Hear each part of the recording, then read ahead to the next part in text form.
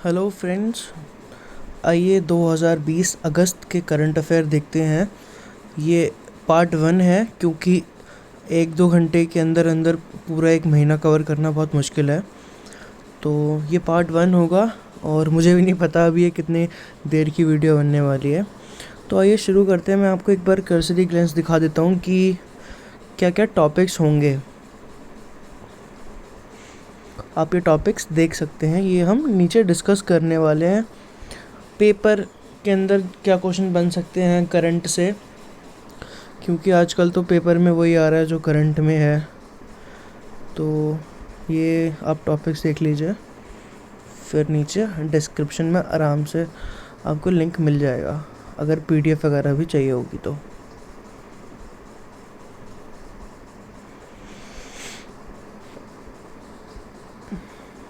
चलो शुरू करते हैं ना। अपना टॉपिक नंबर 1 क्या है? अयोध्या राम मंदिर आप लोगों को पता है आजकल बहुत न्यूज़ में है। तो इससे क्या क्वेश्चन बन सकता है, आप ये देखिए।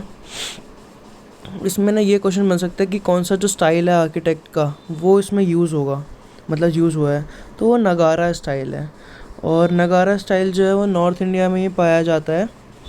और इसकी फ़ोटो भी आप नीचे देख सकते हैं। इसके अंदर क्या होता है, जो सबसे टॉप होता है उसको तो बोलते हैं अमालका। फिर नीचे जहाँ से चढ़ते हैं मंदिर में, जो हम सीढ़ियाँ बोलते हैं उसको प्लिंथ बोलते हैं ये। और जहाँ पर मूर्ति या फिर फ़ोटो रखते हैं उसको गर्भगृह बोलते हैं, ठीक है। और इसके अंदर बाउंड्रीज वगैरह नहीं होती हैं इन मंदिरों के अंदर। एंड जो गर्भगृह जहाँ पे मतलब टॉप वाला जो होता है वो तो अमालिका बता ही दिया मैंने आप लोगों को। ये इसकी फ़ोटो है, लेफ़्ट में आपको दिख रही होगी, तो आप इसकी फ़ोटो भी देख सकते हैं। ये बेसिक्स देख लीजिए क्या होता है। मंडप आपको पता है मंडप क्या ही होता है, और इसमें बताने की कोई ज़रूरत नहीं है। जो माउंट होता है सर बिल्कुल ऊपर वाला, वो अमालिका हो गया, ठीक है। ये एक क्लासिफाइड फ़ोटो है, आप चाहें तो इसका स्क्रीनशॉट ले सकते हैं, बाद में रिवीजन में आसानी होगी। Citizenship of Buddha, India and Nepal in war of words. Actually इसके अंदर इशू ये हो गया है दोनों इंडिया और नेपाल के बीच में। वो बोल रहे हैं कि हम हमारे देश में पैदा हुए हैं, वो कह रहे हैं हमारे देश में। तो एक्चुअली जो उनकी मदर थी वो ट्रैवल कर रही थी, वो उस टाइम पे नेपाल में थी। तो ट्रैवल करते हुए बुद्ध का जो था जन्म हुआ। तो आइए देखते हैं क्या लिखा है इसके अंदर। वो शाक्य वंश के थे, ये आप लोगों को पता ही होगा। और गौतम बुद्ध, उनकी जो कैपिटल थी वो कपिलवस्तु थी, ठीक है। इसमें और क्या मेन है देख सकते हैं एक बार हम, ये भी इम्पॉर्टेंट है। He was born in a park in Lumbini which is in Nepal, and Lumbini is a UNESCO declared heritage site. अब इंडिया क्या बोलता है? इंडिया बोलता है Gautam Buddha grew up in Kapilavastu whose location is yet to be identify. He left it to fulfill the spiritual quest and reach Rajgir, which is in Bihar. तो main problem यही है। And ये भी बहुत इंपॉर्टेंट क्वेश्चन है कि Gautam Buddha delivered his first sermon in Varanasi, जो पहला प्रवचन था वो वाराणसी में दिया। He kept wandering mostly in the vast expanse of the kingdom of Magadh. Buddha breath his last in Kushinagar, a town in eastern UP. ये मैप भी देख सकते हैं आपकी, उनकी कहाँ कहाँ मोनेस्ट्री थी जहाँ पे वो रहते थे। ये देखिए, ये लेह, धर्मशाला, टैबू मोनेस्ट्री, दिल्ली, मथुरा, श्रावस्ती, कुशीनगर, सारनाथ, कौशाम्बी, वाराणसी, सांची, नागारजुन कोंडा, ये सारी इनकी यूनिवर्सिटी यहाँ यहाँ ये बुद्धिस्ट प्लेस है, ये अभी भी है। नेक्स्ट है Odisha to give facelift to 11th century Lingaraj temple. तो ओडिशा क्या करने वाला है, इसको एक फेसलिफ्ट देने वाला है, मतलब कि नए प्रकार से बना देगा। Lingaraj temple is a temple dedicated to Shiva. सबसे पुराना ये मंदिर है ओडिशा का, जो कि किंग जजाति केसरी ने बनाया था, जो कि सोम वंश के थे। लाल पत्थर से ये बना हुआ है, कलिंग स्टाइल ऑफ आर्किटेक्ट इसमें यूज़ हुआ है। और बिंदु सागर जो लेक है उसके तट पर है, बल्कि उसके किनारे पर है। स्टाइल देख लीजिए किस स्टाइल से बना था, दियोला स्टाइल इसको बोलते हैं। 4 कंपोनेंट होते हैं, विमाना जो कि स्ट्रक्चर होता है बीच वाला, जगमोहन होता है हॉल, नटा मंदिरा होता है फेस्टिवल हॉल, और भोगा मंडप होता है हॉल ऑफ ऑफरिंग। ये इसकी फ़ोटो है एक आर्किटेक्ट की, अगर आप चाहें तो देख सकते हैं। कल्चरल हेरिटेज ऑफ हैदराबाद, तो मिनिस्ट्री ऑफ टूरिज़्म ने देखो अपने देश के अंदर वेबिनार शुरू करा है, इसके अंदर ये हैदराबाद को दिखाएंगे ऑनलाइन। हैदराबाद को सिटी ऑफ पर्ल्स भी बोलते हैं और सिटी ऑफ नवाब भी बोलते हैं। मोहम्मद कुली कुतुब शाह ने हैदराबाद को इस्टेब्लिश किया था, ये भी एक क्वेश्चन बन सकता है। आइए नेक्स्ट इसमें देखते हैं क्या क्या इंपॉर्टेंट है हैदराबाद के अंदर। गोलकोंडा फोर्ट जो हैदराबाद में है वो कौन सी डायनेस्टी का है? काकतीय डायनेस्टी का है, ये इंपॉर्टेंट क्वेश्चन है। चौ महल जो पैलेस है वो यूनेस्को की एशिया पैसिफिक हेरिटेज लिस्ट के अंदर है। चार मीनार जो है उसके अंदर क्या इंपॉर्टेंट है, जो मॉन्यूमेंट था वो तोड़ दिया गया था कुतुब शाह के टाइम पर। उसके बाद जो मक्का मस्जिद थी वो औरंगज़ेब ने पूरा किया था, कंप्लीट किया था। वर्ली पेंटिंग उड़ीसा और महाराष्ट्र की होती है। एक्चुअली नोएडा के अंदर जो कि उत्तर प्रदेश के अंदर पड़ता है, वहाँ पर ऑफिसों के अंदर के बाहर इन्होंने वर्ली पेंटिंग बनाई है। तो Maharashtra is known for Warli painting, they bear a resemblance to those created the rock shelter of Bhimbetka. Women are mainly engage in the creation of these painting. ये पेंटिंग है राइट हैंड साइड पे, अगर आप देखना चाहें तो दिख सकती है आपको। ये पेंटिंग है वर्ली। तो ये पूछ सकते हैं क्वेश्चन की वर्ली पेंटिंग कहाँ की है, महाराष्ट्र की, इससे ये क्वेश्चन बन सकता है। ओनम अभी निकला है, ओनम इसको कब बनाते हैं? चिंगम मंथ में, जब ये एक्चुअली पैडी से भी रिलेटेड होता है ये। तो ये एक्चुअली क्यों बनाया जाता है, ये वेलकम करते हैं किंग महाबली को, और फेस्टिवल ऑफ पैडी हार्वेस्ट भी बोलते हैं इसको। इसके अलग अलग तरीके होते हैं, कौन कहाँ पे कैसे बनाता है सब पे डिपेंड करता है। पोकलम होता है, रंगोली बनती है एक फ्लावर्स की। वल्लम काली होता है, बोट रेस होती है। पुली काली होता है, टाइगर रेस होती है। काई कोट्टू काली ओनम रेस होती है। इसमें मास्क डांस भी होता है एक, कुमाट्टी कल्ली, ये मास्क डांस है इसका। तो आप देख सकते हैं ये इम्पोर्टेंट है इसके अंदर। फिर देखते हैं बाल गंगाधर तिलक क्यों इम्पोर्टेंट हो गए एकदम से। उनकी 100th डेथ एनिवर्सरी 1 अगस्त को बनाई गई थी, तो फिर अब इनके ऊपर क्वेश्चन बन सकता है ना। अब जवाहरलाल नेहरू ने इनको फादर ऑफ इंडियन रेवोल्यूशन कहा था, तो सबसे बड़ा क्वेश्चन यही बनेगा कि बाल गंगाधर तिलक को फादर ऑफ इंडियन रेवोल्यूशन किसने कहा? जवाहरलाल नेहरू ने। महात्मा गांधी ने इनको मेकर ऑफ मॉडर्न इंडिया कहा, ये तो क्वेश्चन बहुत बार रिपीट भी होता है। तो ये था, महात्मा गांधी ने इनको मेकर ऑफ मॉडर्न इंडिया कहा था। इनका स्लोगन था Swaraj is my birth right and I shall have it.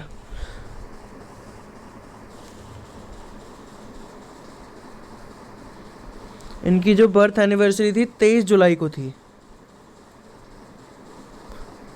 ये देखिए महाराष्ट्र जो न्यूज़पेपर था उसके अंदर बहुत पहले कभी एक बार आर्टिकल भी आया था इनके ऊपर, तो उनकी फ़ोटो भी छपी हुई है। अबिंद्रनाथ टैगोर, भाई किस किस को पता है कौन है? ये नेफ्यू थे रविंद्रनाथ टैगोर के, और बहुत इम्पोर्टेंट एक पेंटर आर्टिस्ट कह लो, ये बहुत पेंटिंग्स बनाते थे। तो आइए देखते हैं क्या क्या इन्होंने करा। इन्होंने Indian society of oriental art बनाया, ठीक है, और इन्होंने कैलीग्राफिक ट्रेडिशन भी लाया चाइना के अंदर। इनकी पेंटिंग्स, हाँ ये पेंटिंग बहुत इंपॉर्टेंट है, ये क्वेश्चन के अंदर आ सकती हैं कि Bharat Mata, the passing of Shahjahan, my mother, fairy land illustration तो ज़रूर याद कर लीजिएगा अगर आप कोई याद नहीं करना चाहते। जर्नीज़ एंड, ये अबिंद्रनाथ टैगोर की थी। फिर लिटरेचर लिखते भी थे, बनाते थे भी और लिखते भी थे। तो सबसे इम्पोर्टेंट बुक्स बूढ़ो आंग्ला, खेरिर पुटुल, राज किहिनी, ये इनकी बंगाली लिटरेचर थी। इसका स्क्रीनशॉट जरूर ले लीजिएगा, ये पेपर में आ सकता है। और जो गीतांजलि है, ये गीतांजलि रविंद्रनाथ टैगोर की है, ये अबिंद्रनाथ की टैगोर नहीं है, पर इन्होंने इसमें हेल्प करा था। ठीक है ना। और गीतांजलि के लिए इनको नोबेल प्राइज़ मिला था रविंद्रनाथ टैगोर को, आप लोगों को पता होगा। पिंगली वेंकैया, अगर भाई पिंगली वेंकैया देख के ही दिमाग में झंडा नहीं आता भारत का, तो फिर तुम्हारी जो हिस्ट्री बहुत वीक है, अगर भारत का झंडा नहीं आता। 2 अगस्त को पैदा हुए थे आंध्र प्रदेश के अंदर 1876। इनका बर्थडे याद करने की ज़रूरत नहीं है, केक नहीं मिलने वाला। तो देखते हैं भाई क्या क्या किया इन्होंने हमारे लिए, फ्रीडम फाइटर थे वो। इन्होंने सबसे बड़ी बात हमारा जो देश का झंडा बनाया, तिरंगा। बहुत इंपॉर्टेंट क्वेश्चन है और हर बच्चे को पता होना चाहिए, और आप पेपर नहीं भी देते कोई सरकारी तो भी आपको पता होना चाहिए भाई ये है क्या। एवोल्यूशन की ज़रूरत है नहीं, पर जिसको पढ़ना है वो उसका स्क्रीनशॉट ले लो, एक्स्ट्रा जिसे पढ़ना होगा। पर ये लो जी, देखो फ़ोटो इनकी। महात्मा अयनकली, मोदी जी ने इन्हें याद करा था, मरने के बाद ही सबको याद करते हैं। तो आइए इन्होंने क्या किया था। ये एक छोटे से गांव में पैदा हुए थे, ट्रैवनकोर के। इन्होंने कास्ट के ऊपर, मतलब जैसे भीमराव अंबेडकर थे वो फेमस हो गए, ये एक तरह से फेमस नहीं हो पाए, पर इन्होंने भी कास्टिज्म के ऊपर बहुत कुछ झेला। महात्मा गांधी ने इनको पुलाया किंग बोला। ये क्वेश्चन इंपॉर्टेंट है क्योंकि महात्मा अयनकली कोई ज़्यादा मतलब पॉपुलर नेम नहीं है, पर क्वेश्चन पेपर में आ सकता है कि पुलाया किंग किसको बोला, या महात्मा गांधी ने किसको बोला, तो महात्मा अयनकली। इंदिरा गांधी ने इनको इंडियाज़ ग्रेटेस्ट सन बोला। अब देखते हैं इनके क्या क्या कॉन्ट्रीब्यूशंस थे अयनकली जी के दलित के ऊपर। सबसे पहले इन्होंने बैन लगाया अनटचेबिलिटी के ऊपर, ठीक है। बहुत सारे राइट्स के ऊपर लड़े, प्रोटेस्ट किया पुलियर लाइट्स के ऊपर। ये चाहते थे कि ये अनटचेबिलिटी, छुआछूत ना हो। श्री नारायणु गुरु से ये प्रभावित हुए, इंस्पायर्ड हुए। Quit India movement, quit India movement 8 अगस्त 2020 को इसकी 78th एनिवर्सरी, तो इस बार पक्का क्वेश्चन इसमें से आने वाला है। अब 8 अगस्त को अगस्त क्रांति दिन भी बोलते हैं। अब देखो भाई क्या था क्विट इंडिया मूवमेंट, तो क्यों शुरू हुआ। तो जब सेकेंड वर्ल्ड वॉर हो रही थी 1939 में, तो जो जापान था उसकी भी पावर अच्छी थी, ब्रिटिश की भी अच्छी थी, पर ब्रिटिश ने क्या करा था, जो साउथ ईस्ट की टेरिटरीज थी उनको बिल्कुल त्याग दिया था, उनको यूज़ नहीं करते थे। तो गांधी ने सोचा भाई लोहा गर्म है, मार दो हथौड़ा। तो उन्होंने सोचा कि अगर ब्रिटिश यहाँ से भाग जाएंगे तो जापान तो शायद ही इंडिया के ऊपर कभी कब्ज़ा करे या फिर वो करे आक्रमण। तो उन्होंने सोचा कि लगे हाथों साथ में लग जाओ। तो मेन तो यही था। और एक और बात थी कि क्रिप्स मिशन जो था उस टाइम फेल हो गया था। जिसको क्रिप्स मिशन नहीं पता वो एक बार जाके क्रिप्स मिशन पढ़ लेना स्पेक्ट्रम बुक से, या फिर आप जो भी लोकल बुक पढ़ते हो अपनी छोटी मोटी। और सबसे इम्पोर्टेंट और क्या था, गांधी जी ने बोला मरो, करो या मरो, डू और डाई। तो ये कहाँ पर बोला, ग्वालियर टैंक मैदान, ये ग्वालियर टैंक मैदान में बोला था। और एक लेडी भी थी जिन्होंने ग्वालियर टैंक मैदान में जो था झंडा फहराया था।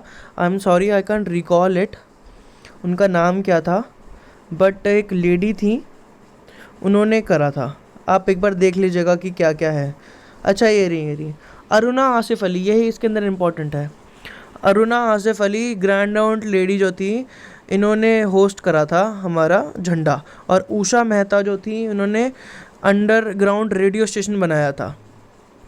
फिर देखते हैं 1947 pact on Gorkha soldiers, 1947 agreement among India, Nepal and United Kingdom that deals with the military service of Gorkha soldiers. तो 1947 pact on Gorkha soldier following the Anglo-Nepalese War 1814-16। ये इतना इम्पोर्टेंट है नहीं वैसे, कुछ जो चाहेगा इसे पढ़ सकता है, पर इसमें से कुछ आने लायक है नहीं पेपर में। ये एक बार देख लो, Indian army chief is granted the honorary post of a general in the Nepal army. Pakistan का नया मैप आ चुका है, आप लोगों ने देख लिया होगा न्यूज़ के अंदर। जम्मू कश्मीर, लद्दाख, सर क्रीक, जूनागढ़ सब उसने अपने अंदर ही दिखा दिया मैप में कि सब इंडिया का हिस्सा है। और सर क्रीक जिसको नहीं पता बता दूं, ये गुजरात की साइड पे है। मैप देखोगे तो एक दरार मिलेगी, दो सेब, आधे कटे हुए सेबों के बीच में जो एक दरार होती है उसको सर क्रीक बोलते हैं। 96 किलोमीटर की है ये, इंडिया पाकिस्तान के बीच में। इसको असलियत का इसका नाम बैन गंगा था, पर इसको सर क्रीक ने जो है नाम चेंज कर दिया, तब इसको सर क्रीक रेखा ही बोला जाता है।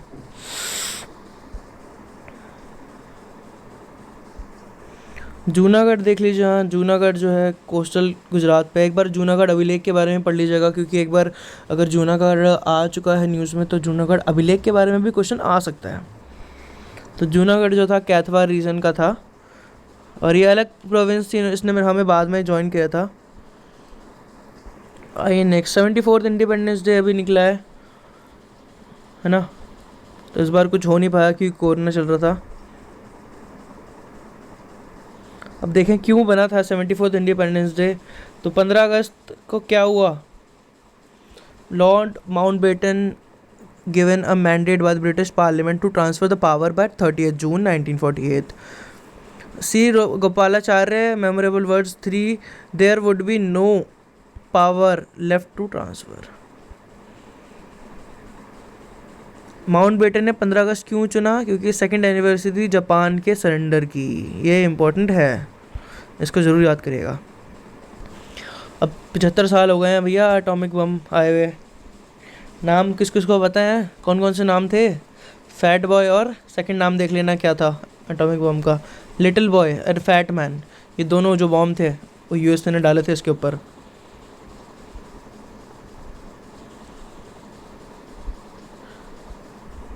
इसमें कुछ खास नहीं है, नाम भी यहाँ लिखे हुए हैं इसके अंदर, लिटिल बॉय और फैट मैन।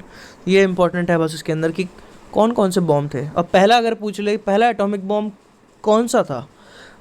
पहला एटॉमिक बॉम्ब था ट्रिनिटी। तो 3 हो गए, ट्रिनिटी सबसे पहला, उसके बाद लिटिल बॉय, फिर fat man. STI periodic component of the state of scientific research in India. ये कुछ खास नहीं है वैसे, जो चाहता है इसको स्क्रीनशॉट लेके पढ़ ले। स्वच्छ सर्वेक्षण 2020 की रिपोर्ट है। Union housing and urban affair ministry ने रिपोर्ट जो थी निकाली है। ये इंपॉर्टेंट है कि किसने निकाली होती है। और एक और भी है कि कौन सा साफ़ है कौन सा गंदा है। सबसे साफ़ देख लो कौन सा है, इंदौर सबसे साफ़ है। फिर छत्तीसगढ़ भी है 100 लोकल बॉडीज़ में अगर देखा जाएगा तो। कैपिटल में न्यू दिल्ली, मतलब ये समझ लो जो बड़ी बड़ी सिटीज़ हैं सारी क्लीनेस्ट ही हैं इस सर्वे के हिसाब से। छत्तीसगढ़, इंदौर, अहमदाबाद, न्यू दिल्ली, बेंगलोर, झारखंड सारे क्लीन हैं इसके हिसाब से, ये समझ लो। मतलब जो तुम्हें लगता है कि गंदी होगी सबसे ज़्यादा, वही सबसे ज़्यादा साफ़ है। वाराणसी कह रहे हैं बिल्कुल साफ़, आँख बंद करके बनाया था क्या सर्वे। जियोथर्मल स्प्रिंग, भाई ज्योग्राफी का बहुत इंपॉर्टेंट टॉपिक है, बहुत ज़्यादा। इसके अंदर कहाँ पे क्या क्या हुआ ये आप स्क्रीनशॉट लेके पढ़ लेना। मैं बस आपको ये बता दूंगा कि होता क्या है। ये बस ज़मीन के अंदर गर्मी होती है, वो पानी, वो वेपर होता है अंदर, तो वो जो गर्मी होती है वो बाहर निकलती है अर्थ के क्रस्ट से, तो उसको जियोथर्मल अंडरग्राउंड वाटर बोलते हैं। जो लोग बोलते हैं कि पानी निकल रहा है गर्म, तो वो ज़मीन के अंदर की जो गर्मी होती है वहीं से गर्म होकर निकलता है। एक होता है हॉट स्प्रिंग, ठीक है ना। माउंट सिनेबंग, भाई देखो ये तो इम्पोर्टेंट है क्योंकि वॉल्केनो है कई साल बाद, 400 साल के बाद फूटा है, तो ये पेपर में आएगा, पूछेंगे कि क्या है। अब लोकेशन भी पूछ सकते हैं कि कहाँ पे है क्या था, तो एक बार अपने आप भी देखना है आप लोगों को कि क्या है, लिखते जाइए साथ में, क्योंकि इम्पोर्टेंट है बहुत। 400 साल के बाद अगर कोई चीज़ हुई है तो वो इम्पोर्टेंट हो जाती है। अब इंडोनेशिया में क्यों होते हैं, क्योंकि वो रिंग ऑफ फायर के अंदर है, इंडियन ओशन के अंदर, पैसिफिक ओशन में, बस इतना सा बात है। वॉल्केनो क्यों निकलते हैं, ज्योग्राफी का टॉपिक है, आप चाहो तो देख सकते हो, पर फिर भी मैं बता देता हूँ। 3 तरह के होते हैं, एक्टिव, डोरमेंट, एक्सटिंक्ट। मैग्मा जो होता है बहुत गर्म हो जाता है, जब बहुत ज़्यादा गर्म हो जाता है तो बाहर आ जाता है, और बाहर आके अलग अलग तरीके होता है, सिल, डाइक, ये सब आप ज्योग्राफी के अंदर पढ़ने वाले हैं। और आप अगर कमेंट में बताएंगे तो मैं आपको ये क्लियर भी करवा सकता हूँ, क्लाउड्स क्या होता है, कैसे लाइटनिंग होती है, कैसे बारिश होती है, ये सब। एक और क्वेश्चन बहुत इंपॉर्टेंट है, जब क्रेटर बोलते हैं। क्रेटर झील क्या होती है? तो वॉल्केनो में जब ये ठंडा हो जाता है तो उसमें गड्ढा बन जाता है, पानी भर जाता है, तो वॉल्केनो के ऊपर ही क्रेटर झील बन जाती है। ह्यूरिकेन कहाँ पर आया? South west Louisiana. ये 27 अगस्त को आया था शायद, मेरे को जहाँ तक याद है। तो देखो भाई क्या क्या हुआ था इसके अंदर। ह्यूरिकेन क्या था? बहुत तेज़ हवा बनी थी। इसके अंदर 3 पार्ट याद कर लो, ये 3 पार्ट में से क्वेश्चन आता है। Eye wall, rain band. तो क्या होता है? आँख होती है जो छेद होता है, मतलब कि मेन पार्ट हवा का गोल गोल। आई वॉल होता है रिंग, गोल गोल गोल गोल जो बाहर का पार्ट। एक हो गया बिल्कुल बीच में, फोटो देखिए आप, बीच वाला हो गया। फिर जो गोल गोल घूम रहा है वो। और रेन बैंड होता है दूर दूर। तो ये मिलकर एक ह्यूरिकेन बनता है, बहुत तेज़ घूमता है 100-150 की स्पीड से, और जो सामने आता है उसको लेके उड़ जाता है। अब ये कैसे बनता है? वार्म ओशन वाटर से तो उसको एनर्जी मिलती है और फिर ये बनता है। इसकी स्पीड ज़्यादा कम नहीं होती है, बहुत तेज़ होता है। ये मैप है, इसमें देख लो कहाँ पे ह्यूरिकेन बोलते हैं, कहाँ पे साइक्लोन बोलते हैं, कहाँ पे टाइफून बोलते हैं। ये भी क्वेश्चन में आता है, जिसने पीसीएस का पेपर दिया होगा उसको पता होगा कि ह्यूरिकेन कहाँ पर पूछा जाता है। ऐसा पूछते हैं कि इंडिया के अंदर साइक्लोन होता है या ह्यूरिकेन आता है, तो इंडिया में तो साइक्लोन ही आता है, बस नाम अलग है, काम वही है इनका। डिफेमेशन, भाई डिफेमेशन क्या? किसी का नाम बिगाड़ देना, और क्या करता है इसके अंदर? कुछ नहीं होता। जिसको बहुत विस्तार में पढ़ना है वो उसको स्क्रीनशॉट भी ले सकता है, ऐसा कोई प्रॉब्लम नहीं है। पर डिफेमेशन क्या है? किसी का नाम बिगाड़ना। अब आप किसी का डिफेम कर दो आप किसी को, तो आप पे कौन सी धारा लगेगी? Section 499 of IPC. तो ये इंपॉर्टेंट है, आ सकता है, क्योंकि सब करते हैं आर्टिकल याद। अब ये आईपीसी का क्वेश्चन आ गया तो लोग बोलेंगे कहाँ से आ गया भैया? ये न्यूज़ से आ गया, ये न्यूज़ में आया था। सेक्शन 499 ऑफ आईपीसी और section 500 of IPC which is on punishment of defamation. Whosoever defames another shall be punished with simple क्या लिखा है? imprisonment, अच्छा jail, imprisonment for a term which may be extended for 2 years। ये पुराना, ये ज़्यादा IPC में इतना नहीं घुसना, ऊपर ऊपर से आता है अपने में तो पेपरों में। ईडब्ल्यूएस कोटा भाई चैलेंज हो गया, ये तो होना ही था। अब क्या हुआ था? 103rd अमेंडमेंट जो हुई थी उसके अंदर तो आप लोगों को पता ही है क्या हुआ, ठीक है? तो अब फिर भी बता देता हूँ। एक्चुअली अभी जो ईडब्ल्यूएस का कोटा बना, इसमें जो रिजर्वेशन थी 50% से ज़्यादा हो गई, पर हालांकि ये जो है अलाउड नहीं है 50% ज़्यादा, और हमारे आर्टिकल 15 और 16 को जो है डिफ़ी करती है ये, क्योंकि इक्वल तो हुआ नहीं ना ये कहीं से पब्लिक एम्प्लॉयमेंट। तो मगर सरकार ने इसमें लिखा है अपने आंसर के अंदर 46 आर्टिकल जो कि है DPSP, it is a duty to protect the interest of economic weaker section. तो सरकार ने यहाँ से अपने आप को डिफेंड कर लिया है। फिर आता है आर्टिकल 143, इम्पॉर्टेंट है 143 भाई, आई लव यू तो बोलते ही हैं सब स्कूल में, तो वहीं से याद कर लो कि जो प्रेसिडेंट है वो सुप्रीम कोर्ट को प्यार करता है, कुछ भी काम होता है उसको तो कंसल्ट ज़रूर करता है, पूछता ज़रूर है सुप्रीम कोर्ट से प्रेसिडेंट। तो 143 president loves supreme court, simple सा। Arunachal group push for 6th schedule status. 6th schedule तो पता ही है, आर्टिकल 371A में आता है अरुणाचल प्रदेश। इसमें क्या होता है, क्या मांगा है इसने? Making the Arunachalese owner of the all natural resources instead of being protector. ये चाहता है कि पूरा अरुणाचल प्रदेश उनके नाम कर दिया जाए। बहुत मुश्किल है भाई ये तो होना। चलो यार ये इतना इम्पोर्टेंट है नहीं, इतना बड़ा बड़ा पढ़ेंगे तो फिर ये 200 पेज तो 20 दिन में होंगे। Ashok Gehlot led government wins trust in vote in Rajasthan. A confidence motion or a vote of confidence or a trust vote is sought by the government in power on the floor of house। Floor test क्या होता है? बस floor ये समझ लो, floor पे जाके test करते हैं। क्या टेस्ट करते हैं? मेजॉरिटी कितनी है। अगर कोई डाउट होता है सीएम का, गवर्नर का, वो पूछ सकते हैं उसके अंदर, और कुछ नहीं होता। आर्टिकल 75 और आर्टिकल 164 क्या है? काउंसिल ऑफ मिनिस्टर जो है वो कलेक्टिवली रिस्पॉन्सिबल है house of the people. Article 164 तो आता ही है कि क्या होता है इसमें, काउंसिल ऑफ मिनिस्टर आता है इसके अंदर। Need to amend the official language act for good governance, chief justice of India. The government should consider amending the official languages act of 1963 to include more vernacular languages in governance. Hindi और English के अलावा भी और कोई language चाहते हैं क्या? हाँ जी, अब देखें आर्टिकल 348 क्या कहता है। ये कहता है कि जो सारी प्रोसीडिंग होती हैं सुप्रीम कोर्ट की, हाई कोर्ट की, ये इंग्लिश के अंदर ही होनी चाहिए, मगर फिर भी हिंदी यूज़ कर सकते हैं। 348(2) क्या होता है? हिंदी यूज़ कर सकते हैं, इसमें ये आता है। 348 का 1 में इंग्लिश में होनी चाहिए, 348 की 2 में हिंदी भी हो सकती है, क्योंकि सबको इंग्लिश नहीं आती इस टाइम पर। क्यूरेटिव पिटिशन, यार ये तो घिसा पिटा क्वेश्चन है, अब तो आएगा भी नहीं है। प्रशांत भूषण के साथ जो हुआ, उसको 1 रुपये का फ़ाइन लगाया, उसने हमारे CGI के खिलाफ कोई ट्वीट कर दिया था, तो 1 रुपये का वो लगाया है इस पर फ़ाइन। बताओ, अब लोन लेना पड़ेगा उसको तो 1 रुपये के लिए। अब देखो 137, the concept of curative petition is supported by article 137। Most important question, ये जो अपकमिंग क्वेश्चन होगा सरकारी, मतलब पेपर आने वाला है, उसमें पूछेगा आर्टिकल 137 क्या है। तो 137 क्यूरेटिव पिटिशन है, ये आएगा। आर्टिकल 145 भी आ सकता है। बस इसमें क्या होता है कि रिव्यू, एक तरह से सुप्रीम कोर्ट ने अगर कोई ऑर्डर दे दिया है ना अपना, तो वो उसको रिव्यू कर सकता है आर्टिकल 145 के तहत। बट इसके अंदर भी ये होता है कि 30 दिन के अंदर अंदर, अगर कोई ऑर्डर आज निकला है तो 30 दिन के अंदर अंदर ही रिव्यू पिटीशन डाल सकते हैं। बस ये होता है। चलो आगे कंटिन्यू करेंगे हम नेक्स्ट वीडियो में। आई होप आप लोगों को इतना तो समझ आया ही होगा। अगर कुछ नहीं समझ आया तो आप मेरे से कमेंट में पूछ सकते हैं, मैं आपको ज़रूर बताऊंगा।